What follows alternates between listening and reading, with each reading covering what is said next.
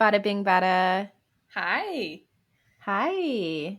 Happy Veterans Day. I believe it'll be Veterans Day when this comes out. Thank you to all of you who have served. Thank you.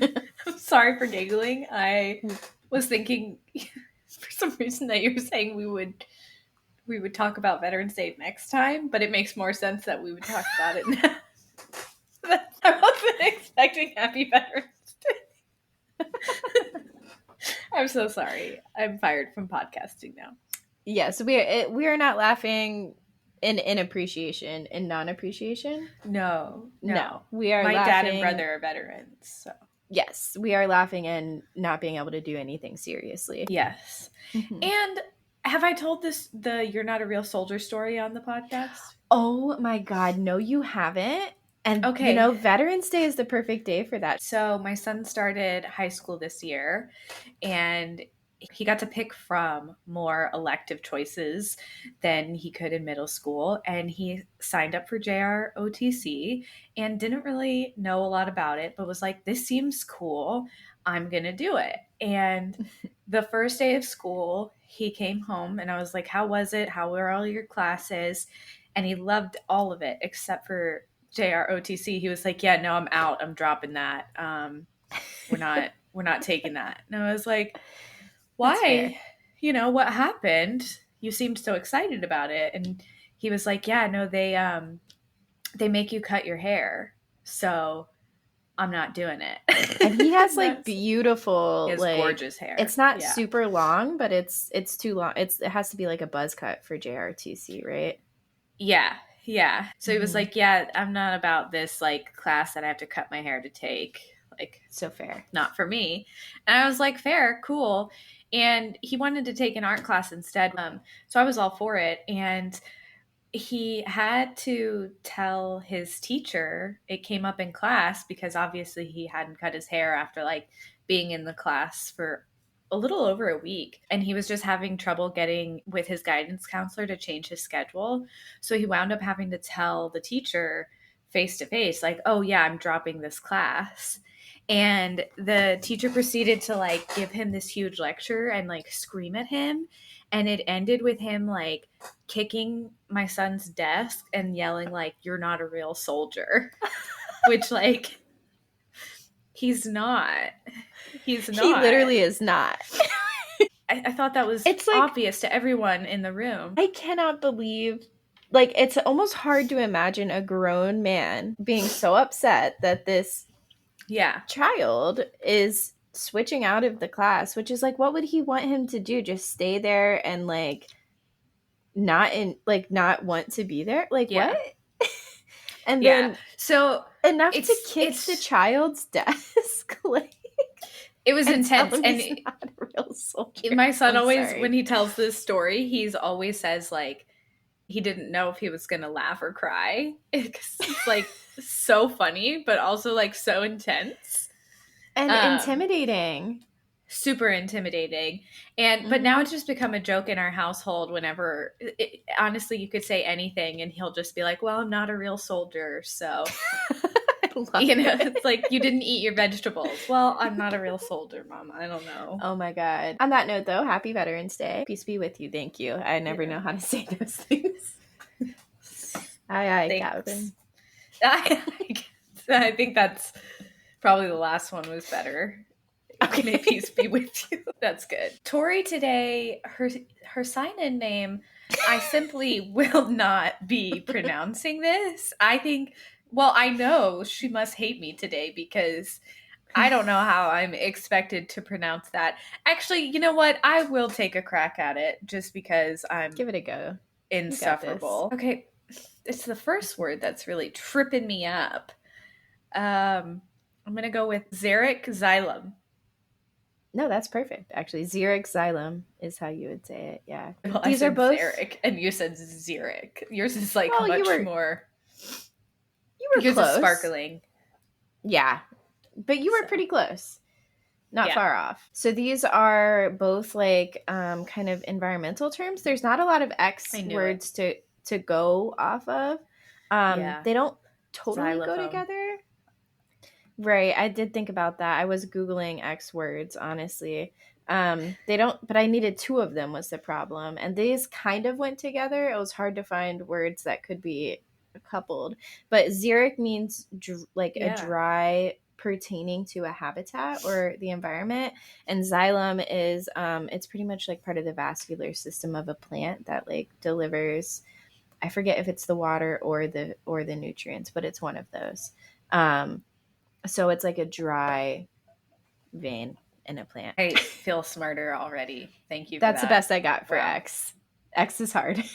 I think it was great. I would have gone with xylophone, and that's it. There wouldn't have been a second word. So props to you for really Thanks. seeing it through. Thanks. Yeah. Mm-hmm. And Amber this week is spider web emoji, which I just love that. I knew it would blow your mind. Yes, mind blown. And then into the Spider-Verse ... And I feel like the ellipses is important here. I'm not exactly sure why, but it feels significant. For the events of this week, I just feel like it's probably the safest for us to just go into the Spider-Verse. It seems like the best option to me at this point. I was thinking like another country, and then I was like, that's not far enough from it. Mm-hmm. So into the Spider-Verse we go, and we'll just figure it out once we bop in there. So we'll That feels right. just like in Blue's Clues, when they skidoo into the painting, we're gonna skidoo right on into the fucking Spider-Verse, and that's call a it better day. plan. I was planning on digging and just kind of starting like a colony underground. Just keep going till you get straight to hell, and then you raise your army.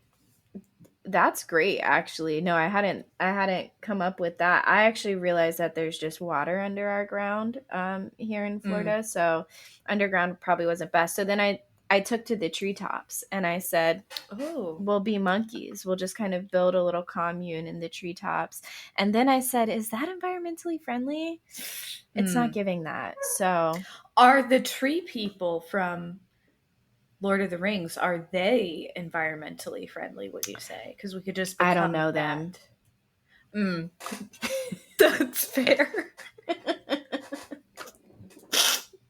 The bit just like we get so lost in it. It's like, what are we even talking about anymore? So updates this week. I did a little research for us. The Bumble Boy Jason, that we ended things in that really weird conversation where he was like putting kind of things on me as to why he was like ending things. So we haven't talked really since then, but he was a drummer who played gigs at that underground bar that we went to in Orlando. So I did some research and I broke the silence and I said, hey, I'm gathering data. Can you tell me when you played at this bar if you were ever drumming right near that little opening that leads from the stage to the bar? And if so, if someone was standing right there speaking to one another, would you be able to hear their conversation? What was the response? He said chances are they probably did hear us, especially if alcohol was involved, because he said a lot of times people would think they weren't talking that well. And then they would. And I did tell him we were mostly talking shit about the guitarist and smoking cigarettes. And he was like, oh, you probably saw these guys. And he told me like what band it probably was. I mean, I gotta think people know that guy. Like, that's a pretty signature move, just like having a cigarette in your mouth for 6 hours. He said it was either this band or this band, which pretty much has all the same members in it. So nice. Yeah. Great. And then he told me how cute my dress was for Sabrina Carpenter. And I said, yeah, it was. Okay, bye. Yeah, but you don't get to see any more BTS photos because you're a fucking loser. But thank you for the data. I did say thank you for the research. Thank you for the data. That's awesome. I'm so glad that you followed up and that you even had the thought to check into this as a possible update. I mean, podcasting is work sometimes, you know? Yeah, it's a lot. It's a lot of work. Honestly. Actually. Think about it before you do this. Give it some thought. Maybe just turn ours on. What do we got next? So it's sometime around this time last year that we decided to start Out of Touch. And I That's thought, insane. isn't that a nice little memory? It's We've crazy. been doing this for a year. It's been in the works for a year. We didn't put out the first episode until February, but I think we chose the name in October, November last year. Wow. I can't believe we've been working on this for that long. I know. It's a year-long project now. This is like awesome. part of what we do. Do we come It's up been a year. when you search for Out of Touch? Do we come up first? Ooh, good question. It comes up first on Spotify. But yeah, a year. Wow. That's cheers to a year of podcasting. Yay. Woohoo. So I did watch the Olivia Rodrigo tour, Mm-hmm. and it's so good. Highly recommend. I think everyone should watch it. If you like her music, you'll really like it. It's cool. It has like a really like intimate vibe. Like she's playing for a whole stadium. She's just like kind of sitting on the edge. It almost feels like she's doing like a tiny desk, like NPR tiny desk performance to a stadium. Cool. So sad I couldn't get tickets to that. But yeah, really good. Recommend. And you said that Chapel is in it, right? Yes. Yeah. I had no idea. That's so exciting. I guess Chapel opened for part of the tour before she like ended up blowing up, and then people thought that there was some kind of beef. I guess this is all like I'm hearing it from my girlfriend, but she's pretty accurate with the current event things. But yeah, I guess there was some kind of rumored beef between Chapel and Olivia because Chapel wasn't on the tour anymore, so that's why Olivia brought her out potentially at the LA show to kind of be like, no, there's no beef. But they did like Hot to Go with the dance, and so fun. Yeah. And she floats around on a moon with all these like beautiful little star things hanging around. Yes. If we could get Chapel, Olivia, Sabrina, Taylor, and Gracie and Florence. They're all welcome to the Treetop Forest commune. Yeah. Yeah. And I'm going to be a tree. I know you said you don't know those people, but in that scenario, I'm being a tree. Interesting. Okay. I want to be. And you can be a monkey on me. You'll carry me around. I'll carry you around. Yeah. That's so nice. Aww. Yeah. I got you. I think I might be a tree troll is how I want to be referred. I like that. To. And then last but not least, we'll get into this more, but we were talking about Amber's detective work and Ashley not having a ring on in her Instagram reel. Well, she tricked us. She did that on They purpose. are still married. Ashley and Tyler are still together, and we'll get more into the Love is Blind reunion as we get a bit deeper into the episode. Yeah. So what's going on this week? This stupid election. We don't have good news to report, folks. And if you're listening to this, you already know that. But it ain't great. It's not great. I'm not happy with the presidential election results. And really, really upset about the Amendment 4 in Florida, which was to get rid of the 6-week abortion ban that did not pass, even though it had a 57% vote. That's the thing that really confuses me about this whole situation is that you can look at these and you can see that one has more votes, yes or no. Because it's not 60%, it doesn't matter. So we're down bad. Down bad, crying everywhere. Mm-hmm. Yep. At the gym, at home. Not at the gym, but I am crying somewhere. I cried on the way to work. I cried myself to sleep. And my boss said it really well. He said, we have to put our heads down and forge on, keep fighting the good fight, teaching others and doing our part, but not today. Today, it's okay to be pissed, angry, depressed, disappointed, and frustrated. Yeah. And I like that. So I wallowed today, and tomorrow we keep on going. But a day of wallowing was necessary. Yeah. Life goes on, and hopefully in 4 years we make better choices. Yeah. As a whole. So this week we have how do we feel about ... the Uber driver talking to you? I mean, this is kind of how I feel about anyone talking to me besides like a select 5 human beings, 2 of which I birthed. And we'll get there. Don't. Yeah, we will get there. It's yeah, just don't. And but like maybe a greeting would be okay because when we were at the Sabrina Carpenter concert, we took a couple Ubers and I don't think either of them actually greeted us. Um, Mm-mm. which is a little odd to me that someone's getting into your vehicle and you just say nothing. Especially a man to two women. Exactly. No, I agree. I feel like there's a certain level of like you need to talk just enough to make Mm-hmm. your ridees, what do you call it, riders, Riders. comfortable. Especially if you're a male and there's women getting into your car because Mm-hmm. we're always afraid you're just going to drive off with us. I'm going to be Yeah. honest, every time I get into an Uber, I think, is this the last one? I thought I was being safe and not drinking and driving, and are you going to human traffic me? Right. Yeah. It's unclear at this point. What Yeah. would make me feel a little bit better, even though it's not It's not a solid, guarantee it's not a that you're not going to guarantee, murder me. is if you looked at me and smiled and said hello. Hey, and then don't say another fucking thing to me until Then I exit the vehicle. keep it And closed then, after that. If I if I'm in a chatty mood, um, which is that's a gamble. You never know. mm-hmm. Then there have been a couple Uber drivers that I have like it's usually after the drinks have started, Mm-hmm. which is mostly when I'm Ubering. Um, there was an Uber in I think it was Asheville. When I was in Asheville, we got into this crazy long Doctor Who discussion, and like I still follow them on on Facebook, That's and awesome. they've written an opera. Oh, it's so it's that's so so cool to cool. like kind of see what they're doing.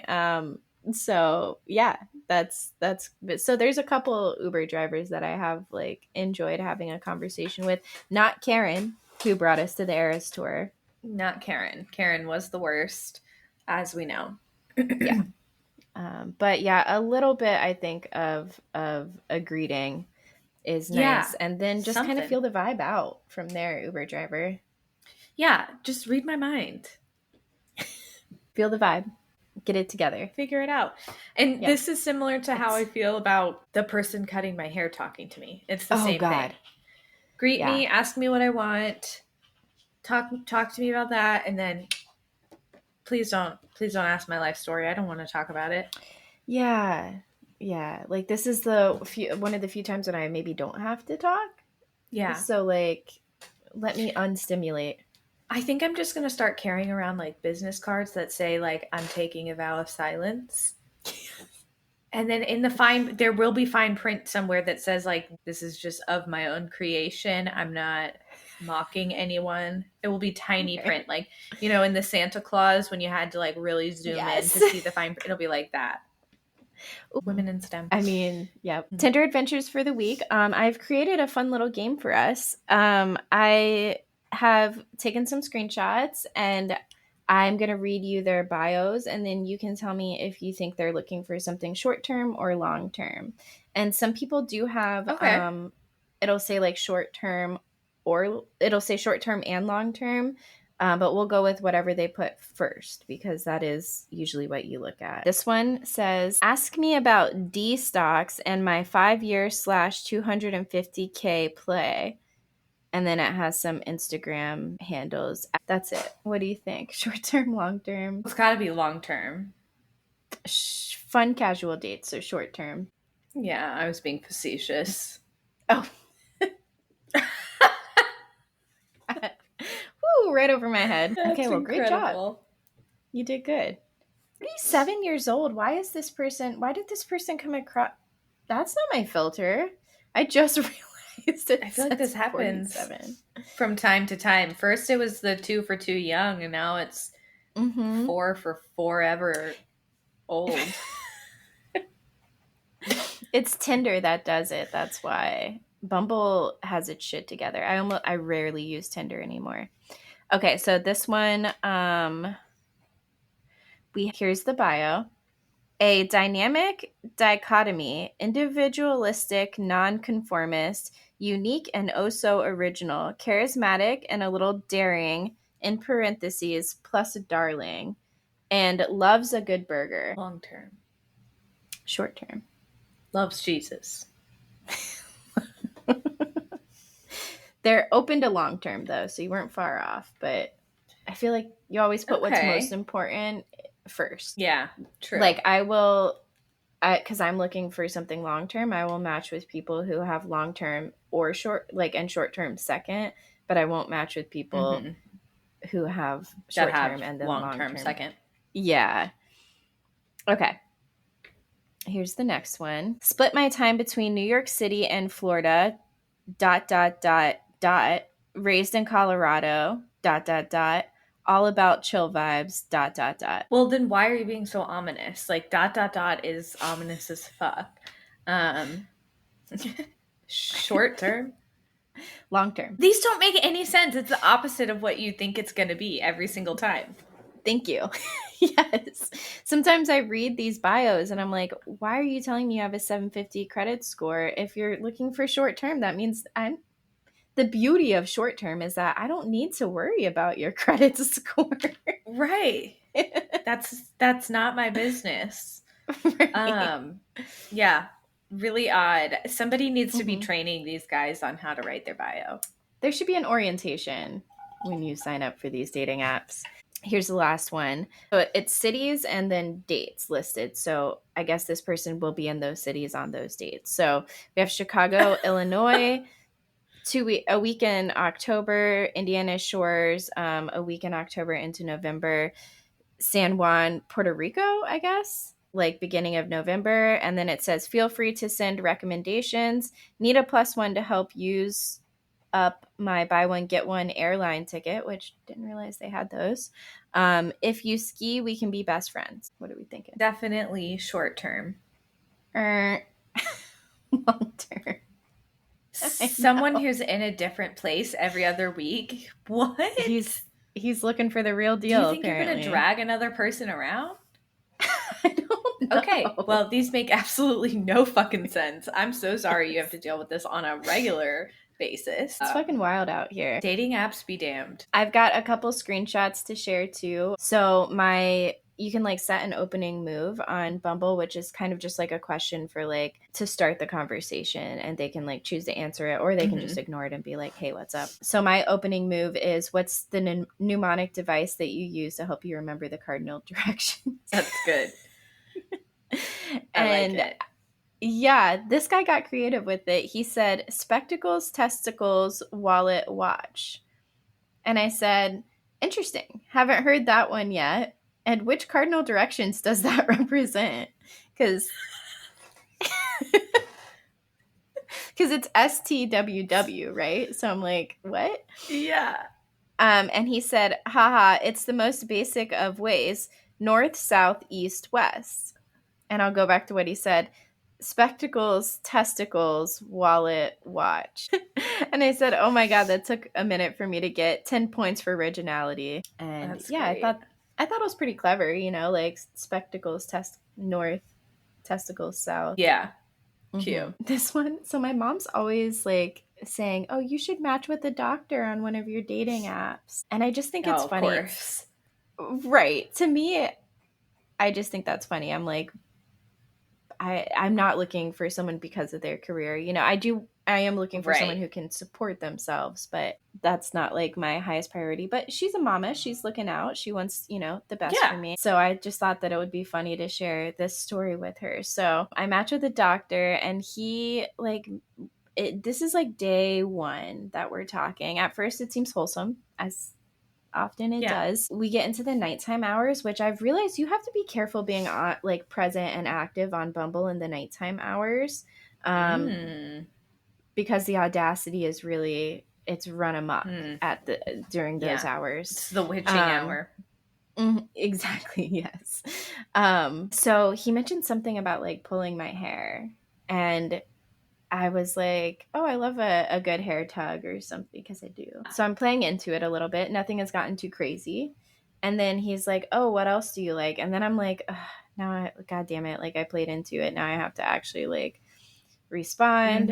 And I said, oh, just to keep it PG, because this is again day 1. I'm not trying to get like super into my sexual preferences right off the bat. So Yeah, so I'm like, okay, well, to keep it PG, and I just like listed a couple like not too crazy things. And then his response was, "Who wants PG? Tell me you want my tongue in your ass."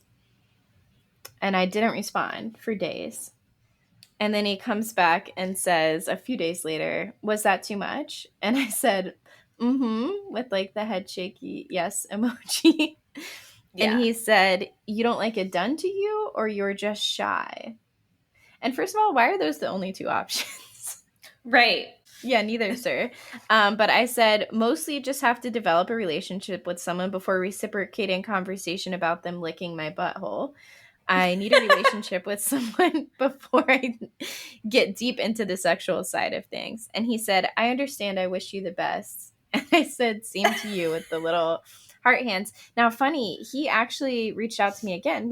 I just never unmatched with him. And he reached out to me again last night and was like, hey, what's going on? You know, whatever. And I Yeah. was like, just, watching the election results, stressing out about that. And um, he was like, oh, we should snuggle so we can ignore it or whatever. And I was like, yeah, that'd be nice. And then I didn't respond because it was like 1:30 in the morning or something at this point. And then I wake up and I see that he said, screw this, ha ha ha ha. And I said, screw this, question mark? Because I was like, did I just not respond quick enough? And you're saying screw this? And then he Right. said the news, I mean. And I was like, oh, okay. I'm just being All right. defensive. And Okay. yeah, I was like, yeah, I'm pretty bummed. It sucks to be a woman today. And he said, I understand, but honestly, I'm relieved. There could have been trouble with a transfer of power, entirely more horrible can of worms. And that's his response to me saying it sucks to be a woman today. Hmm. That's Just odd. So you voted right. for Trump. Right. And I Got it. said, I That's don't think we're fine. out of the woods for that, unfortunately, because the transfer of power hasn't even happened yet, dude. So, like, what are Right. you talking Takes a about? little bit. Right. And then I said, I also really don't see them as mutually exclusive. The thing I'm most bummed about is Amendment 4 not passing in Florida. Also bummed about the presidency, too, and worried about the transfer of power 4 years from now, far more than I was worried about Kamala if Kamala won this election. And then he said, Yeah. okay, stop scaring me now. Tell me good stuff. Ha ha. And then I did unmatch with The him. audacity. Yeah. The audacity. I wish that I could live that ignorant of a life. Right. I know. And it's like you're speaking to someone who, like, it was confirmed that her rights are less today. So show Hmm. some fucking respect, Yeah. you dickwad. Show some Yeah, sympathy. I don't. absolute ass hag. Yes. So that's all my profile screenshots. St. Paul ended things with me. It was a couple nights ago. We were just like chatting before bed, which we usually do. And then I was like, do you still want to try to plan to go to that Lightning game this week? I haven't looked at tickets in like a week, but I can check them out tomorrow if you want. And then I was like, I'm heading to bed. And then the next morning, again, like an 8 a.m. text. First thing. He was nice though. He was just like, I'm not really feeling the chemistry, but it's been like really nice getting to know you, blah blah blah. And like Yeah. I do agree with him too. Like I wasn't really feeling the chemistry either. But I was thinking maybe it's because we'd only like been in person once too, you Once. know? Yeah. So I was like, maybe if we hang out again, like maybe it will develop. But yeah, I totally understand where he's coming from with that. And I was like, yeah, it's been nice getting to know you too. And then he ended up responding to me later in the night and like I think said again, it's been nice getting to know you or something. But yeah, so that's done with St. Paul. So we're back on the swipe game hard. And I've like started a few chats with people who seem nice, but nothing really worth sharing Yeah. yet. So Well, it's already been proven that you can't judge a book by its cover on any of these apps because they would completely mislead you if you did. So exactly. you kind of just Exactly. got to jump in and hope you can find one that doesn't talk about your butthole On day in the one, too. first day. First day.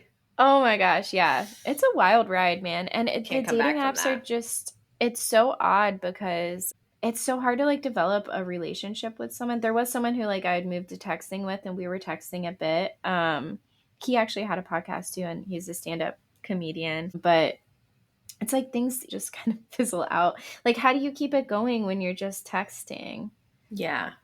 It's Yeah. so hard. Yeah, so the whole online dating thing is so strange. It's funny because like when Yeah. I first started it, I was in a place where I'm like, do not ask me on a date in the first 2 weeks. Like, I do not want to. Yeah. And I feel like I was really just like anxious about going on dates too at the time. And now I'm like, it's almost like if you don't go on a date in the first like week, then it's just going to fizzle out. Yeah. So it's interesting. Interesting. Oh, potential organic development though. Oh. I ran into a dude that I've known through disc golf for a while. And he actually knows some of my coworkers, but I met him just on the disc golf course and ran into him today. And I was playing with like a few other people, and we were all looking for my disc that I threw into the woods. Typical. And he like came over and like was helping us find it, and then we ended up finding it pretty quickly. We let him play ahead because he was by himself. Mm-hmm. Um, and then afterwards, I was like, oh, how he just added me on Instagram. Interesting. We had already been like friends on Facebook.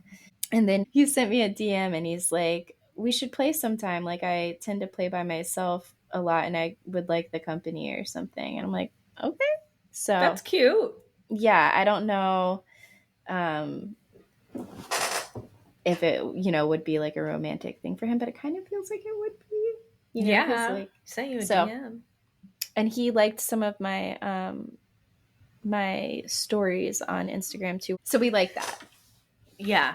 Yeah. So Okay. Well, keep we'll us see. posted on the developments. Yeah, Yeah. we'll do. Fucking wild out here. Yeah. It's lawless. Your butthole is not safe. It's not. It's not. What do you have for funny text of the week? Let's see. So my first funny text of the week is from Amber, of course, one of the few people I ever want to communicate with. I think you were saying something about your computer not functioning properly or something. And I said, you need to get a new computer. And Amber said if I did get one, it'd end up being a stupid HP that I would throw out the window. And I said, I love an HP with the little kind of watery eyes. And Amber said LMAO. And I said things that give Amber the ick. So this should have been on our list last week. We'll add it. Yeah. The list will Yeah. come back, I'm sure. That's an easy one to fill out. And then Amber said, I'm just a brat because I've used a Mac for so long. Actually, me talking about Macs gives me the ick more than the thought of using an HP. What a snob, LOL. Yeah. No, that's snobby ass behavior. Me and my Mac. And Macs aren't even like, it's not necessary. It is just not necessary. Mm-mm. And it's like learning to use one is like learning a whole other language. Like I'm too old for that. So my first text is from Birdie. They're all from Birdie. Okay. Spoiler alert. She's funny. In case you were wondering. She is funny. She's unhinged. It's great. So she sent us a picture of a Polaroid of BG holding some Barbies, and it's kind of hard to tell what BG is holding. Like you can see her face kind of like it's not focused on her, like she's just kind of off in the lower corner, and the Barbies are front and center. BG is Birdie's child, by the way. I don't correct, think we've said that in a while. That's a great point. Thank you. And so she sent us the picture of a picture, and she said, when you give the girls a camera, it's a Barbie wedding in case it wasn't obvious. Oh. She walked down the aisle to my humps. Oh, perfect. Wow. Oh my God. Like, what wedding a great goals. wedding song. Yeah. Wedding so goals. BG, I think, is going to be a wedding planner, is what I'm hearing from this. Perfect. Yeah. Yeah. Goals. My hopes. Women in STEM. Yeah, for real. Girlies in STEM. Yeah. My next text is from Amber again. And this is me sending a voice note to Amber. And I said, did you give me cash to hold on to when we were at the Sabrina Carpenter concert? I found it and I just don't know. I think it's under like $20. It's like tens and some ones in my wallet. And I don't think I had cash, but maybe I did. And Amber said, I don't think so. I don't remember giving you cash. And I said, LOL, okay, well, who knows? And then she said, didn't you get cash when we were playing darts? And I said, oh, yes, yeah, LMAO. Oh, how the pieces are coming together. Yeah, And she said, ha, ha, slowly. ha, ha, ha, ha, ha. Because it was like $1 to play darts or something, but they were like, yeah, you have to have cash. And we're like, who carries cash I can't anymore? believe how functional I am sometimes when I'm in such a state of inebriation. Like, how did I even find that ATM? I'm pretty sure the bar had an ATM in it, but still, It did, yeah. it's And I remember that impressive, the now. level of maneuvering. Yeah. Like that, Yeah. knowing how to get into the hotel. Like, apparently I was instructing you how to get into the hotel. That's all a little bit blurry to me. Yeah. But I You're did telling it. me, you're like, scan it again. Like, I did scan it. Now we know my phone broke it because it was in Yes, the back of yeah. my phone all night. Oh, how the pieces are coming together. It's fine. Okay, so the next one I have to really explain. So last week was Halloween, and Birdie sent me a TikTok of this kid trick or treating. And I opened the TikTok, and it's of this kid dressed as a Marlboro box, Oh, God. cigarette box. And I'm like, this has got to be from the 90s. Like, nobody in 2024 Yeah. is letting their kid be a cigarette. Nope, nope. This is Ring doorbell footage. And the person answers the door. The kid says trick or treat. And the guy's putting the candy in the kid's bucket. And the kid is like, would you like one cigarette?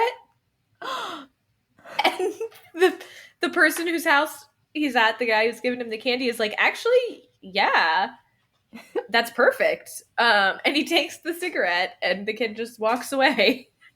Like, every adult ever be like, yeah, like, I'll have just that one. Like, I can't have a whole pack. That's a can of worms nobody needs to open. But a single one, yeah, absolutely. That's the text, is us just quoting, would you like one cigarette? And I said, actually, yeah, that's perfect, with the Italian hands emoji. Yes. Oh my gosh. That's just so funny though. Like, do you think That a mother someone, approved that costume? the kid's parent is in the background. You can see him waiting on the street while his kid But is at not the a door. mother. Not a mother. That's the thing. A father. A father approved that. A woman would not. I feel Mm-mm. like No. she probably saw the picture. It was probably like his night custody wise or something. Yeah. She sees the pictures the next She day. saw the She's TikTok. like, what the fuck, Jeff? How many packs of cigarettes did he hand out? Oh my god. And he's just, he's got to be refilling this kid's pack throughout the Yeah, night, and or those are giving him a new expensive pack. these Like, days. They're like $10. here you go, Tommy. Are you out? Yeah. Oh my god. Make sure you ask them if they want just one. Okay, so my next funny text is from one of the Bumble Boys. This actually was the comedian guy. And he sent me, he worked out a lot and he has these like really thick thighs, like muscular thighs. And he sent me a picture of him in these like short neon, almost like lifeguard, like that shorts. And then his thighs are like bursting out of it pretty much. And it's got like writing on the photo. And he says, I hope this picture doesn't get you pregnant.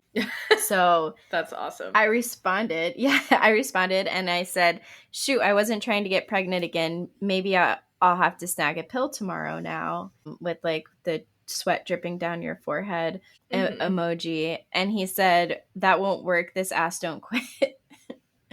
And this is where it does get a little dark. I said, coat hanger it is then, with the little smiley tear. And then I said, pretty much my only option here anyways, with the like nervous teeth gritting emoji. And then I said, sorry, that got dark quick. It took him some time to respond, and that's fair. That's fine. Yeah. You have to digest that.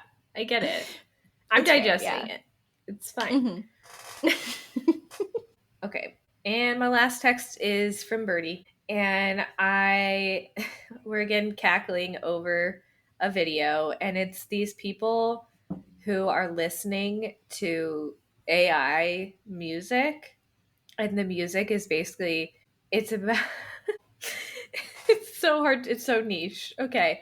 The AI is writing like girl band music. And so it's just like talking about how girls are like girl bosses and all this cute stuff. But then it also just says how much like girls like cocaine. And it ends with someone saying it's a coked up friend adventure. And I sent that to her. It was a really weird video. Tori, I'll have to send it to you and we'll put it in the description. I look forward to it. Yeah, and so she's responding to that video and she says JFC for Jesus fucking Christ, not Jesus is fried chicken. That's the most Virginia thing I think I've ever heard. The most Southern thing I've ever heard. Jesus fucking Christ.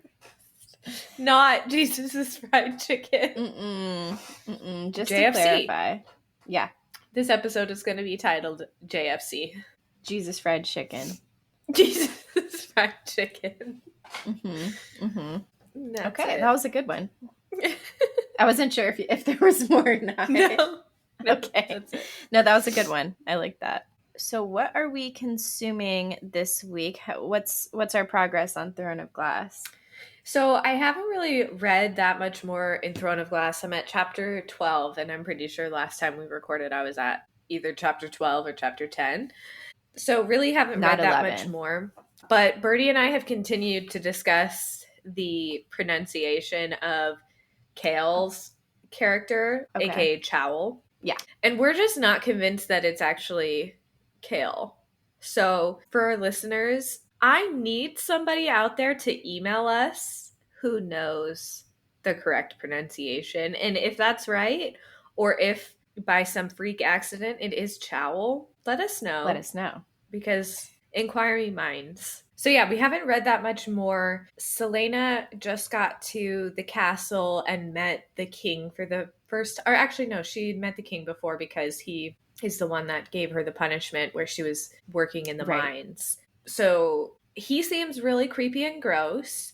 We don't like him. There is this weird vibe between her and the prince who hired her. The prince was like, you're going to be the champion for my dad. And this is what it's going to be. And now they're kind of like making it seem like they might be love interests. I don't know if they're trying to make it seem like that and it's not going to be that way.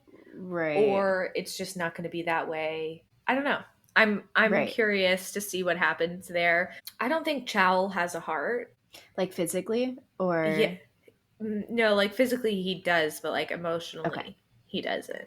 Okay. Yeah, he seems like an ass hag. So we'll see. I'll be curious to see if I change my mind about that. But he's feeling pretty top tier ass haggy to me at this point. So I doubt I'll change my mind about that. Okay. It's hard to come back from. Once you've made it to that list for me. It's like Professor Umbridge. Yep. Exact feeling. You nailed it. Dude, that's like one of the deepest feelings I remember when I read through the books is like the level of hate I had for her. Yeah. Oh my God. I feel so visceral still. Okay. Yeah. Cool. Well, keep us posted. Excited to see where that goes. Excited to hear how much ass hattery we have ahead of us. I have been watching Kevin Can Fuck Himself lately, which is this show that... I just want to note that the shared note still says Jevin can fuck himself. It does. At this point, I hope you just leave it because it's Jevin now. Jevin can fuck himself. Annie Murphy is the main character in it. And at first it was a little hard for me to get into because it bops back and forth in between being very sitcom-y and then it will go into this like darker, kind of dark humor side or like more serious drama. So it goes from like sitcom when her husband is like in the scene pretty much. Anytime he's in the scene, it's like the sitcom-y. There's a laugh track, like overused laugh track, which drove me crazy like the first episode. Yeah. And then every time he leaves the room or she's not around him, it's this more like drama show. So it's the sitcom-y part was like hard for me to get through at first. Yeah. But now I can really see where they were going with it. And it's quite artistic, honestly, like the way they go between that's the rare. two. It is. And it's kind of cool to see. And I can see like the point of it is that it's supposed to be kind of cringy and like over the top. so I can appreciate it more now. But it's a pretty good show. I'm enjoying it. I do recommend, yeah. And it's a super different role for Annie Murphy too than like seeing her in Schitt's Creek. She has a little bit of like the same humor, but she's got this New York accent, or like Ooh, Boston, or it's something Northeast. I don't know my Northeast accent super well, but yeah, that's interesting to hear from her. But yeah, good show. Recommend it. I like nice. it. Mm-hmm. Okay, check out Jevin Can Fuck Himself. uh, and more importantly, we got the Love is Blind reunion. Oh yeah, we told you guys we were going to cover this, and we were cackling when we first got on to record today. We always review our notes and make sure we have everything together, and we have different segments, so we look at all the different bullet points for each segment. And our only note for the Love is Blind reunion at first was Steven showed up looking like a Dollar Tree Seth Rogen. And that's really all you need to know. That's the most important thing there is. That's all that needed to be written down. I cackled for sure.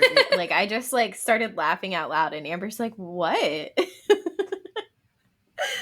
It is pretty funny. It is pretty funny. Mm-hmm. And Poor he Seth does him. Rogen. I hate to affiliate them. Yeah. Sorry. He seems like just as much of an ass hag post being on the Mm-hmm. reunion as he did before. He was almost like antsy, just like waiting to like say his piece. Yeah. And he was still just as much of a dick as he came off in the show. This is the guy that went to the sleep study drunk, right? Yes. Okay, so Yeah. yeah, he's definitely on cocaine at this reunion. That makes sense. Yes. That's why he looks so Honestly. crazy. Mm-hmm. Tweaking out. That's a great point, actually. It's a That coked up I friend wouldn't be adventure. surprised. I would not be surprised. Yeah. So I just, it was painful to watch Hannah not take accountability really and just say, I'm just a truth teller. I'm just a bitch. Mm. Like, mm, Oh, that was annoying. Yeah. yeah, it was just a bit hard to watch. It's just giving completely unself aware. And it's, I know she's young, but I don't know how you can watch yourself treat someone like that Mm-hmm. and not give them a genuine apology. And she actually does later. So it may have been once you tuned out, but she does end up saying, like, I'm sorry, but Mm-hmm. after all this, like, saying, I'm just a bitch, that's just who I am, like, it does come off as a little bit like, okay, girl, you could definitely handle that a bit better. Disingenuine. Yeah. Mm-hmm. Yeah. Mm-hmm.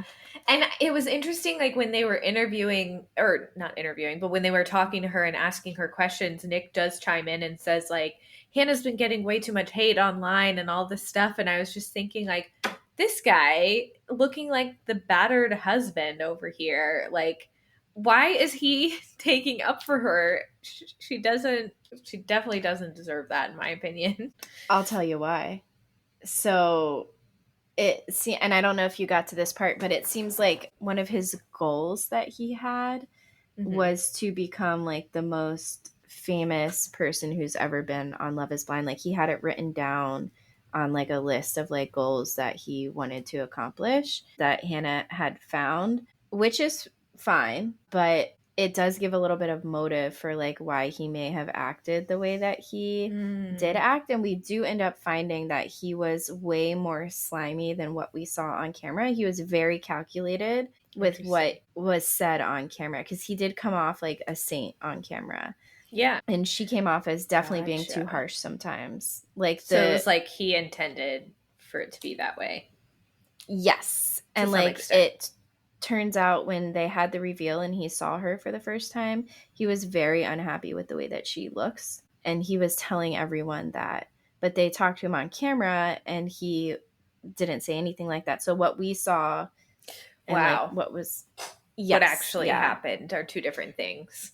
Yes, and then everyone on the in the reunion, like he's like, "Come on, guys, like tell them the truth. I didn't say that." And finally, actually, not Ramses, being the voice of reason, Wow. was like, "Dude, like this is the time to just take accountability." And like Nick kind of got quiet after that, but Wow. everyone no one was coming to his defense, so he did that. Wow. Yeah. Interesting. Okay. Yeah. Well, I take So it back. she They both definitely fucked suck. up They're too. both the Yeah. asshole. Yes, yeah. Everyone's never suck here. I feel like she at least is like a little bit more aware and trying to work on it. And he is trying to fucking trick people. So like that feels dirty. Yeah. Um, but she definitely fucked up too. Like there was one time in the show when he was like trying to help her cook or something, and she like he didn't know how to cook pasta, which is like The easiest thing that you can cook. no, you just boil it. And he's like, well, how much water do I put in the pan? Oh no. That Ay, reminds ay, me, ay.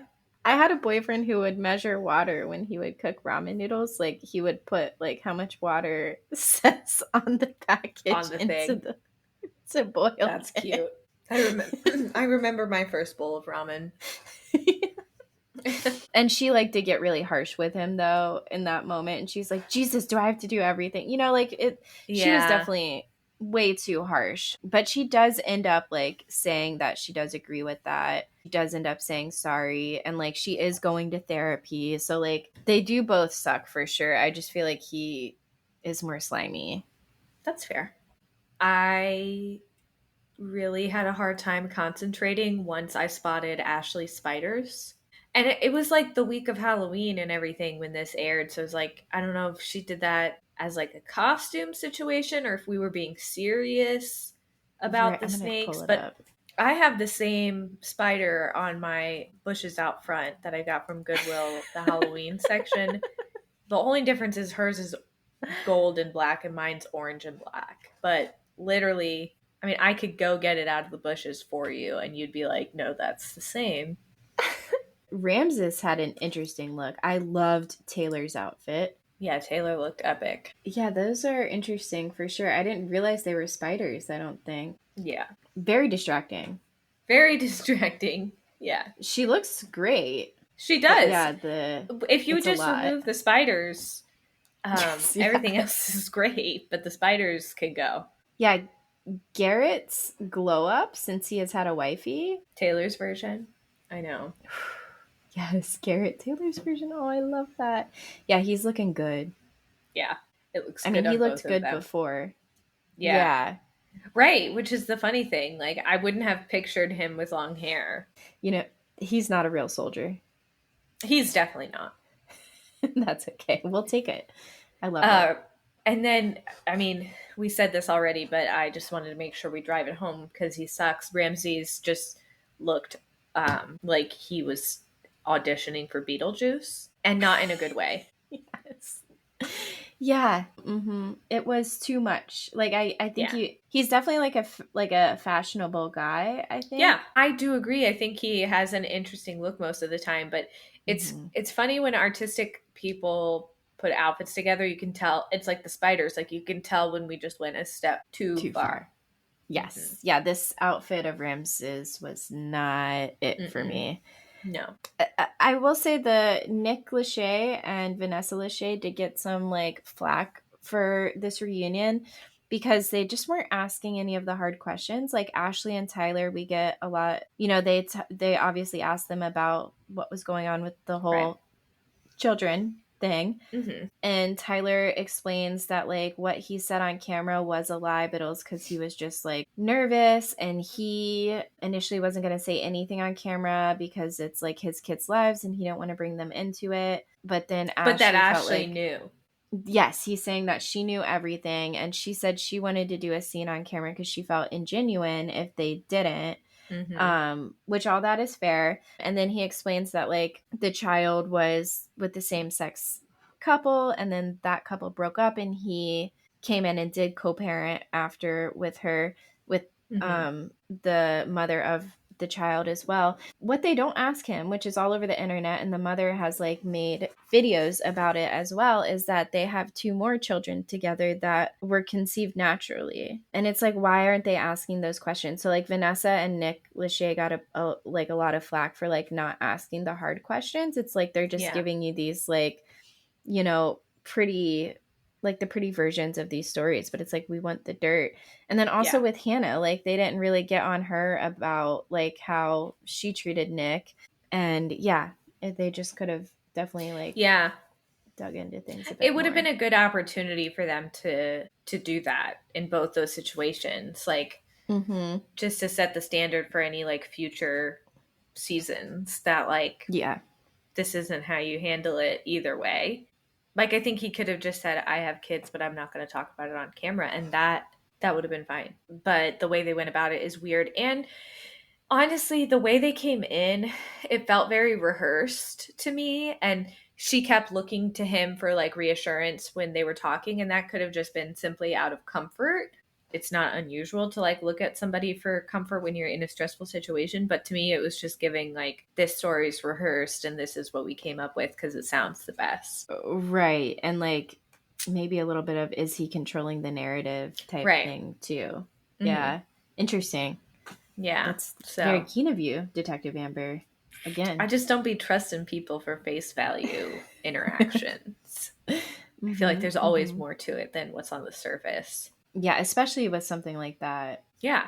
And I respect that that's a difficult thing to talk about on camera. And I don't think him having kids should exclude him from being in this like being able to be in this show. Right. I just think that it just seems odd what she knew and what she didn't know. And people are going to question that. And then it's like, I don't think he told the show either. Like, I feel like you have to be upfront with the producers too if you're going to get into this situation, because there have been people who've had children. I think last season was the first time there was a woman who like did have a child who was on the show. Yeah. But yeah, like you should be upfront about that. For sure. So overall, this season was weird. It started out with like not enough drama, and then all of a sudden was like a lot of drama, but like mostly toxic. Like, I don't know. It was a weird season. It was weird. Yeah. So I will watch again though. Season 8. We've got Southern Charm starting in like a month. So I'm so stay excited. tuned for those recaps, because that's going to be, I think, a good time. Yeah. So this week for our list, we have a list of green flags. Since last week we did our list of icks, we felt like, you know how we love duality, and this just felt right. So I have on here a man who cooks. Green flag. Always. Major green flag. That. Yeah. Ooh, if he does the dishes. It doesn't have to be on the same night, but like, you know, if you cook, maybe he does the dishes. That's a good one. Yeah. Has animals. Has pets. Yeah. I think that's really a good sign. It shows like a level of like being able to care for something. I don't know. And like love that thing. Even though all it does is take. Yeah, unconditional love. Yeah, exactly. Somebody who tells you to text them when you get home, when you leave an outing of some sort. That was such a good one. Major green flag. Yeah. Someone who's thinking ahead and wants to make sure you're safe. We love that. I really like that one. Also, someone who sends playlists or songs. Birdie does this all the time, and I think she would be a damn good partner to be married to. So, yeah, that's who I was thinking of when I added that one. Nice. Birdie. Missed Connections did send me a playlist of like, it was a crazy mix of music. I think he had added to it for years. That was like we had like a day's worth of conversation on that. So yeah, I liked that. I think that's a good one. Doesn't drink. I think is a green snaps. Yeah. And it's funny because I notice a lot of people who like don't drink, they seem kind of timid to share that information. And every time I'm like, no, that's so refreshing. Like, I actually love that. And they're like, really? Most people don't like that. And I'm like, that is a great quality, I think. It's rare. When they say I'm proud of you when you do something tiny and small, and they're like, oh, I'm proud of you. And not in a condescending way. I feel like there is maybe a world where that could sometimes come off condescending too. Absolutely. But yeah, I don't know. Every time that has happened, I'm like, oh my God, I get a little warm inside, you know? Like, that's adorable. Okay. Somebody says they're proud of you. Okay. I like that. Maybe that's like something I should talk to my therapist about. Yeah. No, that's fine. I will That's add just part of the context. I people do have, pleasing package. yeah, and I do have daddy issues. So we'll just kind of leave that there. Yeah, that is what it is. So for our story time this week, we are getting birthy. Add that to the X. Getting birthy with it. So let's see. I was supposed to be induced on a Monday. My induction appointment was at like 10:30 at night. Mm-hmm. And they said, before you come in, call this phone number, and most likely they're not going to have a room ready for you because they're always so busy. So like you call them, they'll let you know if you should come or not, and they'll start trying to get your room ready at that point. And I'm like, okay. I also had gestational diabetes, so that's why I was getting induced, because they didn't want me to go too long because of like blood pressure issues and the baby's shoulders getting too wide.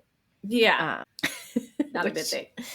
No. Mm-mm. So I was like, bet.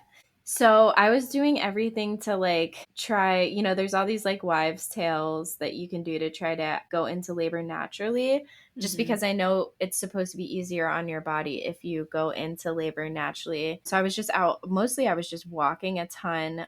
I did have sex. I was doing all of like the safer ones. There's also some ones you can like eat castor oil, but that literally just makes you so sick. So like you're just like shitting everywhere, and like your body is stressed out, and that's why you go into labor. So that's probably not Because great your body's either. like, So we need an emergency oil change. yeah. So I did skip on that one, but I think I did like the raspberry tea. I was doing all the like healthier things you could do to induce, and I went to the bathroom at like 1, and I'm like, oh, I think my water broke. And so this is like 9 hours before I was supposed to get induced. And I texted or messaged my OBGYN on their little portal, and they told me that I should go into the hospital. So we go in, wait for a little bit. They bring us back and we get seen. And the male nurse who was there was like, why do you think your water broke? And I was like, it just seemed like that, this was a different fluid that I saw than I've ever seen before. Like, I just feel like that's what it was. And he's like, okay, well, it probably wasn't. So we're probably going to send you back home, but we'll just test it real quick and like put this under. I know, right? They took some kind of sample, put it under a microscope, and looked at it. I tell you that I told you so when he came back in. Yeah. And said that my water did break. I was just like, Can't believe you asked me why do I think my water broke. Like, and then after that told me, well, you're probably wrong. Yeah, that's probably not it. So you know me better than me. Okay. Okay. Run it. Microscope it. Yeah. So yeah, they put it under the microscope, come back. They're like, okay, well, we're keeping you. So I was like, oh my God, we're doing this. And they put the monitors on me. So they were like monitoring contraction, if I was having contractions, and the baby's heart rate. It's like 2 different little monitors that go on. And apparently I was having contractions at this point. This is about 4 p.m. now, I think on the Monday. And I was having contractions, and I was like, they told me I was having contractions. I'm like, really? Wow. I don't even feel it. I was like, this is going to be great. That's awesome. Yeah. I got this. Easy peasy. And they were like, no, they are going to get worse. I was like, okay, well, we'll see. I had this like optimism, I feel like, that like, oh, maybe I just won't feel a thing. Yeah. So the night progresses, and I think it was like around 11 at night. I am like starting to feel the contractions a little bit. They're not too bad though. They put me on Pitocin because although my water did break, they still were trying to push the labor along quick enough, because now my water did break and I wasn't like dilating at all. So they end up putting me on Pitocin, which it's supposed to push labor along, but it also like makes your contractions and stuff stronger and more painful. And I wasn't dilating quick enough, so they put the Folly bulb. That is what it is. There's this barbaric contraption. They put this balloon into your cervix, and it's filled with water, and it's just constantly putting pressure to open your cervix up. And it's 4 centimeters it's 4 centimeters wide, so that when you get to 4 centimeters dilated, the balloon, they'll just like pull on it and it just comes out. So until then, you're just in excruciating pain waiting until you get to that point. So they put the balloon in me, and I had a friend who had the balloon before, and she said, whatever you can do, don't it, like, if you have any choice, do not get the balloon. She was like, throw that shit out the window, like, do not accept the balloon. And we did push off the balloon for like an hour or two, and they're like, you're not, like, nothing is happening, so we do recommend it. And I was like, fuck. Yeah. So I gave in. I accepted the balloon. It was awful. This is when I started having the pain. And I didn't know that it was from the balloon at this point. I'm like, maybe this is just regular like labor pain, but it was bad. And I got nitrous at this point, and I'm trying to walk around and like do all the positions. I wanted to push off I knew I wanted the epidural, but I wanted to push off getting it as long as I could, because I wanted to be able to get up and like get in different positions, because it's supposed to help move labor along quicker. So yeah, I was like, if I can do anything to make it go quicker, then, and I can tolerate the pain, like, I'll deal with it as long as I can. It got to a point where it didn't matter if I was sitting down, I was standing up, if I was bent over the ball, like, there was no position where I could be comfortable for 10 seconds even. Like, I was just in so much pain. And I'm still doing the nitrous. That's kind of what I'm doing as pain relief at this point. And they come in, I think it was like 8 hours after they put the balloon in me, they were finally able to pull it out. That's awful. What I never got the balloon. Dude, the balloon is... She was right when she said you should throw that shit out the window. Yeah. Like, fuck that thing. They pulled it out. Such relief. Like, instantly, the pain was gone. Yeah. I could still feel the contractions coming, but it wasn't this like constant pain. Yeah. So I was relieved. The nitrous at this point was working pretty well again, to mitigate the pain. I got no sleep that night due to the balloon, I would say. I think it was about 11 a.m. the next day when the pain was not being managed anymore by the nitrous again. So I asked them for the epidural finally. I couldn't get comfortable anywhere. I was like, moving around, changing positions isn't doing shit for me right now because I'm just so miserable. So it takes like an hour for them to come in and do the epidural. So the people finally get there. The epidural was maybe one of the scarier parts of I agree. Yeah, going through labor for me. Should be completely still while you're having a contraction. While you're having like pretty intense contractions too, because you put it off. You put it off as long as you can. Yeah. Oh my God. Yeah. So I'm like leaned over. My partner was trying to hold my hand, and they told him that he might pass out, so he should go sit down. And I'm like, wow. What in the fuck? Yeah. I will say there were 2 nurses there helping me, and I think the one could tell I was like beyond myself fucking terrified at this point. Not because of labor, because of the epidural. Yeah. And like, I was almost out of it. There was a couple times she's like, before we do this, I need you to tell me your name, like what date it is. Like, she was just checking to make sure I was still with it, because I don't think I looked very well. I was so terrified. So that lady was so nice though. I'm like, they had me like sit Indian style and bend over on the bed, and then like the one lady had access to my back, and the other lady was like rubbing my arms and stuff, just like an absolute angel. When they inserted the whatever it is, I think they put it in a smaller needle first to like numb the area. When they put that in, they must have like hit like a nerve or something. It's like, when they hit your knee at the doctor, they're like checking your reflexes, and they hit the knee and like your knee just shoots off. It was like that. Like something made me like jump. That was beyond my control. Yeah. And then she goes, "Don't move." No, you did that. Yeah. That wasn't me. You did that. So I was just like so scared after that happened that like I was going to move. But she got that needle in, numbed me up. And then after that, I didn't really feel the bigger one.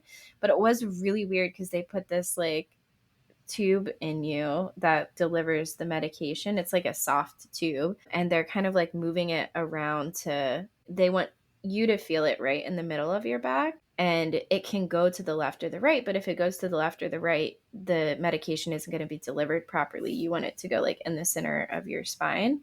And I could feel that it was like to one side. And they're like, is that fine? And I was just so scared that they were going to pull it out and put it back in me. And I was going to jump again and like paralyze myself or something that I was like, no, it's fine. It's fine. And they're like, okay, are you sure? And I'm like, yeah, no, it's fine.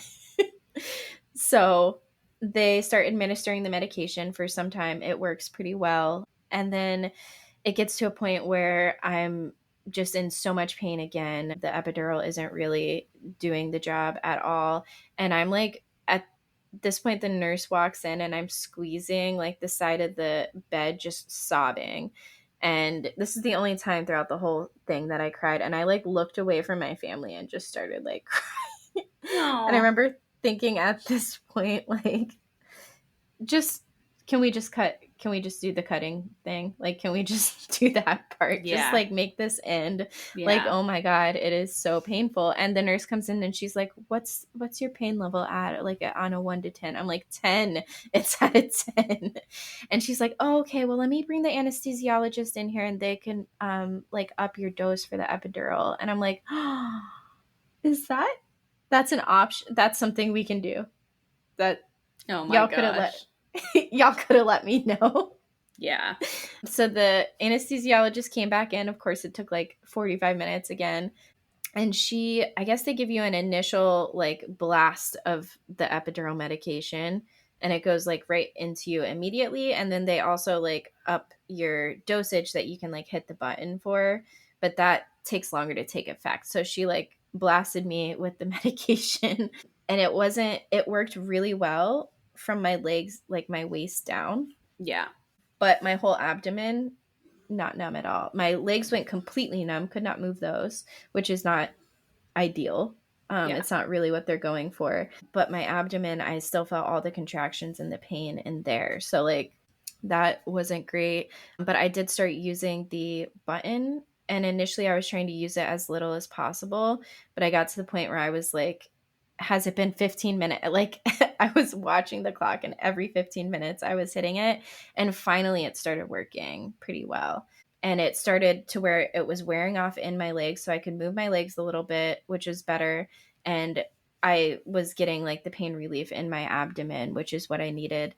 So that was great. So they come back in, they check. At this point, my family is all taking turns. It was actually my mom and my brother mostly. I think my partner did a little bit, but they were all taking turns, just like kind of like rubbing their nails like across my forearm because it felt so relaxing to me. I think I was a little fentanyled up at this point. That's fair.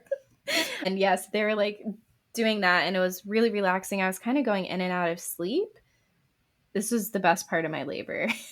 So they come in to check how dilated I am. And like the last time they had checked, I think I was still at like 4 centimeters. So I hadn't really progressed from like 11 a.m. until now. I think it was almost 6:30. There had been no progress. So this time they came in, I'm like, God, they're going to be like, nope, we're still staying here longer is what I assumed was going to happen. Nope. They were like, you're ready to go. And I wonder if it was because I finally had been able to relax. Oh, that's absolutely why. Yeah. Because you're not supposed to fight labor, but your body naturally does because it's painful. How can you not? Yeah. So I think that happens to a lot of people. And I don't think it's explained to them well enough because I feel like doctors and nurses are too afraid to convince people to get them. Right. When they really don't want it. Mm-hmm. Like, I decided the second time I didn't, but the first time I was like, I'm not getting an epidural. That wasn't in my birth plan. And then I wound up doing it. And so I think they just try to not push you into making that decision, which is good. Right. It is, yeah. Because to some people, it's really important. You know, some people are like, maybe I will, maybe I won't. But to a lot of people, it's like really important that they do or don't get it. Yeah. But yeah, so I'm finally relaxed. We're ready to go. It's 6:45. All the doctors change out at 7. It's like the shift change. And my doctor was awesome. She's like, no, let's just start pushing. We're having this baby. And I'm like, okay, don't you got to go? Because I knew at this point their schedule. And she's like, no, we're going to see how it goes, and we're going to start pushing, and we're going to have this baby. I'm like, okay. So at this point, my partner says, well, I'm going to run down and grab some sushi. And let me specify that I had not eaten at this point for 24 hours, because that's what they do to you when you're in labor. You can't eat. Yeah. So that wasn't really what I wanted to hear. I don't think it wasn't the most comforting thing to me in this moment as I'm starting to push our child from my womb. Just kind of add that to the list of reasons I'm getting a divorce. But so he left to get sushi, and I was like, are you fucking kidding me? But I was not going to be dealing with his shenanigans right now. I was like, I'm just focused. I need to push the baby out. So he leaves. And the doctors are like, well, you know, they did tell him it usually takes like 2 or 3 hours of pushing. So like he should be fine to run down and grab. At first they were like, wait, now you're going to go? And then he's like, yeah, I'm hungry. And they're like, oh, well, you probably will have time. So we start pushing, 6:45. At 6:52, they call him. And they're like, the baby's head is coming out. Like, you might want to get back up here. So he rushes back up. The whole time I was pushing, I keep looking at the nurse again. I think I'm pretty fit and all up at this point. I keep looking at the nurse and I'm like, I can't feel anything. And I could feel my legs. Luckily, my legs had gotten less numb because I could like move them. They weren't just like having to move my legs for me. But yeah, I couldn't feel like the pain of pushing at all. Not in the slightest. And that was just so lovely. I was like, oh, I can't feel anything. And they're like, she's like, yeah, I think the epidural's working. And my sweet little angel boy was here after 15 minutes of pushing. And that was Brian beautiful. missed it? No, he got there right as Finn was coming out. Yeah. And they put him on my chest. His little umbilical cord was too short. So like he couldn't quite get all the way up to my chest. He was kind of more on my belly a little bit. Yeah. And nurses kept coming by and going to like pick him up and like push him higher up on my chest. And then the doctor be like, wait, no. The cord is not long enough. Yeah, I think one of the crazier things to me about birth too is how I like tore a little bit, how long it took for them to stitch me up. I felt like I was Forever. spread eagle for an eternity. Yeah. And that is the story of how my beautiful, sweet little angel boy is here. Nice. I love it. I can tell both mine next time. Yeah, that's good. I like that. Oh my God, I'm excited for this one. Yeah, this is a really good Who's a Better Friend. It was probably the hardest one we've done so far. It required the most prep ahead of time. And I'll probably still be changing my answers up until you're guessing. So which one of us gets to guess first this week? Ooh, you get to guess first. Wait, yes, you. Okay, so we are guessing, in case I didn't already say it, we are guessing each other's favorite Taylor Swift songs.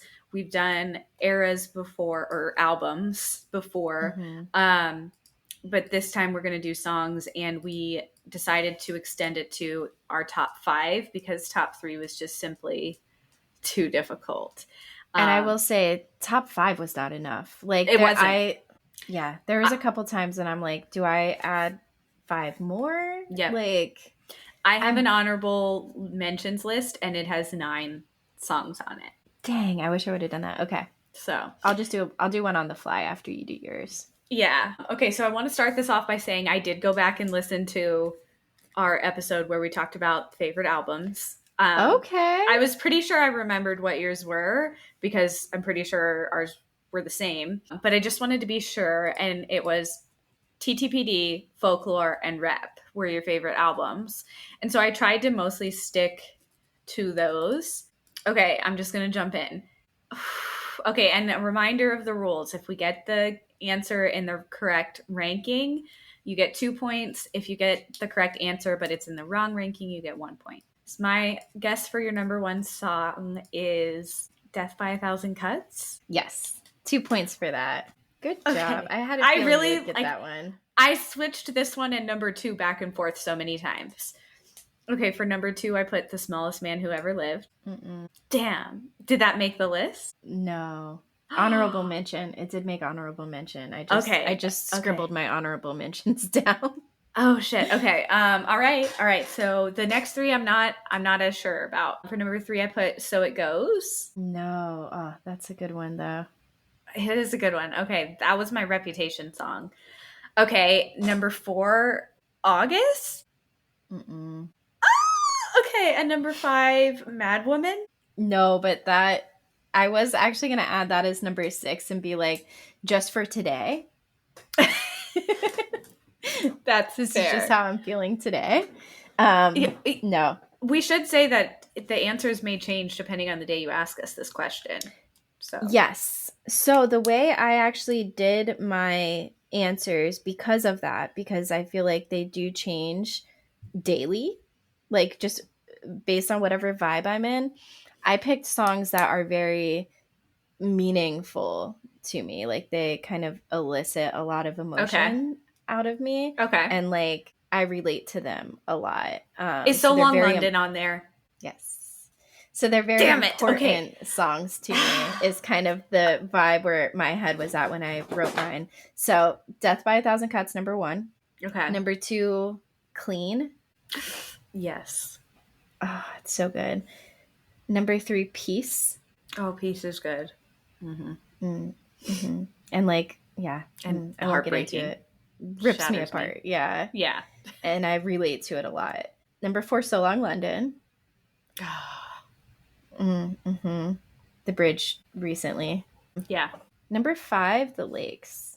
I really love that one. Oh, The Lakes is really good. The Lakes is so good. Oh my God. Okay, cool. Those are good. And then honorable mentions, which I just scribbled down super quickly since you've mentioned that you have. I have Florida, Exile, The Smallest Man Who Ever Lived, Who's Afraid of Little Old Me, Dress, New Year's Day, Dancing with Our Hands Tied, Betty, and Last Great Almost American put Betty Dynasty. and Dancing with Our Hands Tied on yours. Dancing with Our Hands. Oh, it's so good. Okay, so my turn to guess for Amber. Yeah. I feel good about 3 of these, but I'm just so unsure about the order. Yeah, that's fair. It's hard. Okay, number 1, Florida. Yes! Yes. I just changed that last minute too, like in my head. Okay, cool. Number 2, Exile. Mm-hmm. Yeah. Wow, okay. And I went back and forth between those two for a while. Yeah. And I love them both. Totally different vibes, but yeah. I have them written down, or I said them differently than how I have them written down is how all over the place I've been with it. Number 3, You're Losing Me. No, but that did make honorable mentions. It's not on my list. Okay. For Cassandra. No. Oh my God, I love Cassandra. That should have been in honorable mentions. No. 5, Tolerate It. No, but it did make honorable mentions. Okay. It didn't make my list of top 5. So you got 4 points. That's pretty good. Mm-hmm. You won for sure. Mm-hmm. Okay, so the order was Florida, Exile, Mad Woman, Maroon, and Who's Afraid of Little Old Me. Those are such good ones. There's just so many good songs. I moved them back and forth. But on honorable mentions, I had Tolerate It, My Tears Ricochet, You're Losing Me, I Can See You. My Tears Ricochet. That's on mine too, sorry. I love that one. Champagne Problems, August, Willow, Down Bad, So It Goes, and Dress. That was a good one. That was really fun. That was fun. I was looking forward to it too. I put a lot of work into that one. Yeah, I can tell. You knew I knew you would get Exile and Florida. I wasn't sure about the order. I initially had You're Losing Me as 1, which is funny because that wasn't on at all. And then I had Florida as 2 and Exile as 3.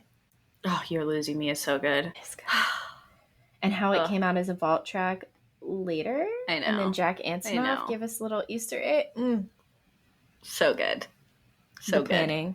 Tune in next week for Who's a Better Friend. We're going to talk about favorite content creators. It's going to be fun. I'm excited for that one. Yeah. I feel like we both definitely know a couple of each other's. So, Mm-hmm. Yeah. Level playing ground. Yeah, Mm-hmm. for sure. Okay. Well, follow us on Instagram at Out of Touch PCast. Follow us on TikTok at Out of Touch Moments, and send us an email. Somebody please email us and let us know how you pronounce Chowl from Throne of Glass. And you can email us at outoftouchcast@gmail.com. Boom. Bye.